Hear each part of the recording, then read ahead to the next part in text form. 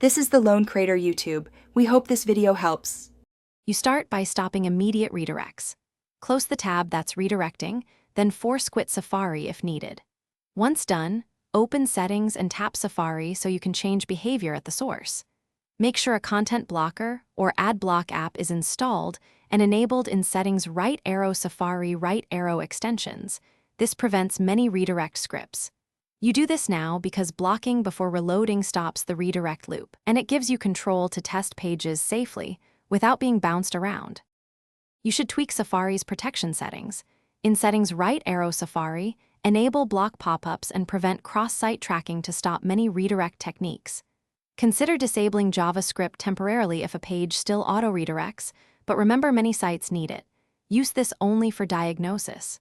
Next, clear history and website data for that site or globally to remove stored scripts or cookies that trigger redirects.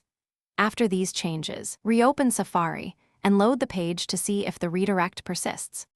You finish by isolating the cause.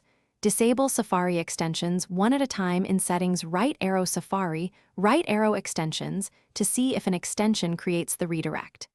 Then restart your iPhone and try the page in private mode or another browser to check whether Safari or the site is at fault. If it still redirects, reset network settings as a last resort because stale DNS can cause loops.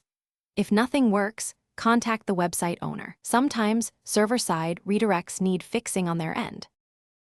Thanks for watching. Consider subscribing if we helped you.